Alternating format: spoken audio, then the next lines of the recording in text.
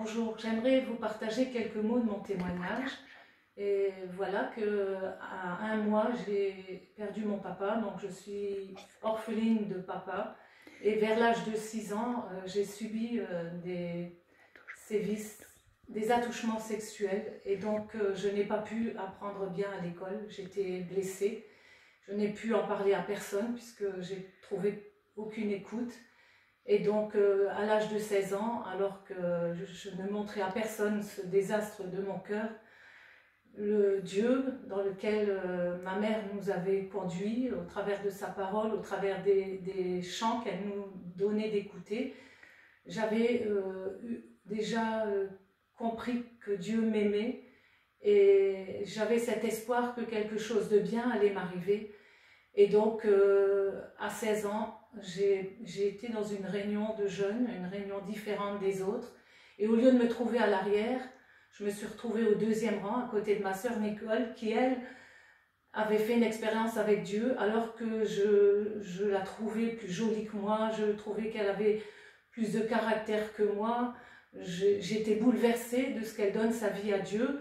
Et alors que j'aimais beaucoup chanter, lorsque les chants ont commencé dans cette réunion, je n'ai pas pu chanter puisque quelqu'un me disait « Mais tu ne peux pas dire que tu as donné ta vie à Dieu, que Jésus est ton sauveur puisque tu n'as pas fait cette expérience. » Et là, j'étais bouleversée et j'ai compris que Dieu m'appelait et un jeune homme est venu au micro puis a raconté son témoignage. Et en fait, lui, pareil, il n'avait pas eu de papa. Et puis, il avait expliqué qu'il avait aussi beaucoup de douleurs, mais que justement, il avait donné sa vie à Dieu, et là, je le voyais épanoui, heureux, et donc j'ai été encore une fois bouleversée dans mon cœur, et le pasteur est arrivé, c'était une personne d'âge un peu mûr, avec une douceur, avec une sagesse, et je ne me souviens plus du thème du message, mais je sais que ça a bouleversé mon cœur, et au moment de l'appel, ils ont demandé si quelqu'un voulait donner sa vie à Jésus pour être pardonné, pour commencer une vie nouvelle. Et là, vraiment, j'ai pleuré. J'ai vu tous mes blessures, tout mon passé passer devant mes yeux. C'était comme si il était projeté sur un écran et que tout le monde voyait. Et je pleurais, je pleurais. Et là, je ne pouvais pas. Quelqu'un me disait, mais viens Jésus. Et l'autre, celui qui veut le mal, le diable, celui qui veut nous empêcher de donner notre vie à Jésus, me disait non, non, tu seras plus libre, tu pourras plus faire ce que tu veux, tu es trop jeune, tu as le temps. Mais l'appel de Jésus a été plus fort dans mon cœur et j'ai levé ma main. Et là, j'ai accepté Jésus. Je lui ai dit audiblement, j'ai prié, j'ai dit viens dans ma vie, viens me guérir et viens me remplir de pardon, de joie.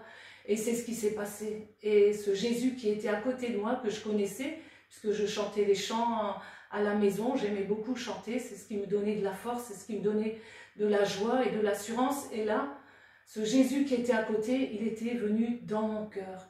Et là, d'un seul coup, j'étais tellement bien dans cette réunion que j'aurais voulu qu'elle ne se termine jamais, mais seulement, il fallait une fin. Mais lorsque je me suis levée, j'ai compris que Jésus n'était plus à côté, mais il était en moi. Et il me donnait cette joie, il me donnait cette paix, de dire enfin tu peux faire des choses, tu es celle que j'aime, et avec toi on va pouvoir cheminer. Et j'ai mis quelque temps. Comme j'ai été blessée dans mon enfance, je n'ai pas pu étudier à l'école. J'étais toujours au CP, ça m'est arrivé. Et donc, j'étais dans le redoublement CP, CE1, CM1, CM2. Et dans les années 70, il n'y avait pas de CP, de CAP.